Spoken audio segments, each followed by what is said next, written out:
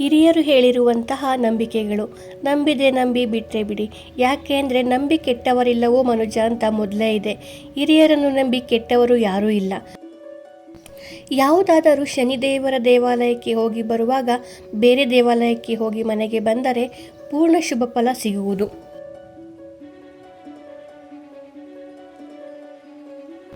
ಆಂಜನೇಯ ದೇವರ ಪೂಜೆ ಮಾಡುವ ಮುನ್ನ ರಾಮದೇವರ ಪೂಜೆ ಅಥವಾ ಪ್ರಾರ್ಥನೆ ಮಾಡಿ ನಂತರ ಆಂಜನೇಯ ದೇವರ ಪೂಜೆಯನ್ನು ಮಾಡಬೇಕು. ಮನೆಯ ಹತ್ತಿರ ಯಾವುದಾದರೂ ಮಂತ್ರಿಸಿದ ನಿಂಬೆಹಣ್ಣು ಯಂತ್ರಗಳು ಬಿದ್ದಿದ್ದರೆ ಅದರ ಮೇಲೆ ತುಳಸಿ ನೀರು ಹಾಕಿ ಯಾವುದೇ ತರಹದ ಮಾಟ ಮಂತ್ರಗಳು ಕೆಲಸ ಮಾಡುವುದಿಲ್ಲ.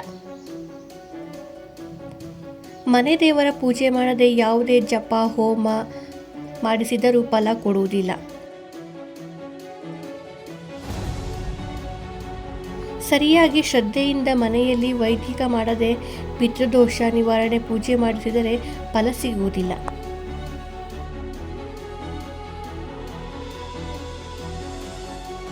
ಗಂಡ ಹೆಂಡತಿ ಒತ್ತು ಗೊತ್ತಿಲ್ಲದೆ ಸಂಭೋಗ ಮಾಡಬಾರದು.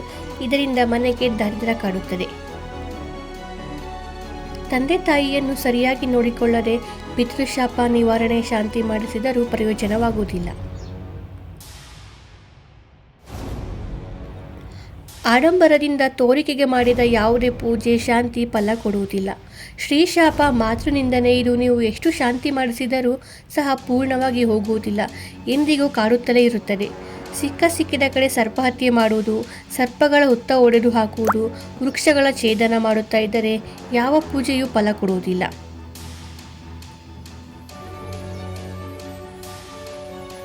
ಶನಿದೇವರು ಕರ್ಮಕಾರಕ, ಯಾರನ್ನೂ ಬಿಡುವುದಿಲ್ಲ.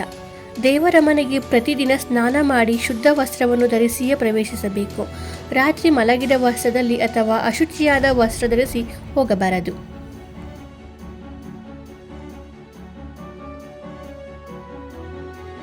ಸ್ನಾನ ಮಾಡದೆಯೇ ದೇವರ ಮನೆ ಪ್ರವೇಶ ಮಾಡಬಾರದು. ದೇವರ ಪೂಜಾ ಸಮಯದಲ್ಲಿ ಪುರುಷರು ಪಂಚಶಲ್ಯ ಮತ್ತು ಸ್ತ್ರೀಯರು ಸೀರೆ ಧರಿಸುವುದು ಶುಭ. ದೇವರ ಮನೆಯ ಕಸವನ್ನು ಒಂದು ಬಟ್ಟೆಯಿಂದ ಗುಡಿಸಬೇಕು. ಮನೆಯ ವಸ್ತುಗಳನ್ನು ಸಹ ಬಟ್ಟೆಯಿಂದ ಒರೆಸಿ ಪುರಕ್ಕೆ ಬಳಸಬಾರದು. ಸ್ಟೀಲ್ನಿಂದ ತಯಾರಿಸಿದ ಯಾವುದೇ ಪೂಜಾ ದೀಪಗಳು ಸಾಮಗ್ರಿಗಳು ದೇವರ ಮನೆಯಲ್ಲಿ ಇಡಬಾರದು. ದೇವರ ವಿಗ್ರಹಗಳನ್ನು ಗುರುವಾರ ಸೋಮವಾರ ಶುದ್ಧ ಮಾಡಬಹುದು, ಮಂಗಳವಾರ ಶುಕ್ರವಾರ ಬೇಡ. ಸ್ನೇಹಿತರೆ, ಈ ಮಾಹಿತಿ ನಿಮಗೆ ಸರಿ ಎನಿಸಿದರೆ ದಯವಿಟ್ಟು ಲೈಕ್ ಮಾಡೋದನ್ನು ಮರೆಯಬೇಡಿ. ಹಾಗೆ ನಮ್ಮ ಚಾನಲ್ಗೆ ಸಬ್ಸ್ಕ್ರೈಬ್ ಮಾಡೋದನ್ನು ಮರೆಯಬೇಡಿ. ಮತ್ತಷ್ಟು ಉಪಯುಕ್ತ ಮಾಹಿತಿಗಳಿಗಾಗಿ ನಮ್ಮ ಚಾನಲನ್ನು ಸಬ್ಸ್ಕ್ರೈಬ್ ಮಾಡಿಕೊಳ್ಳಿ. ಧನ್ಯವಾದಗಳು.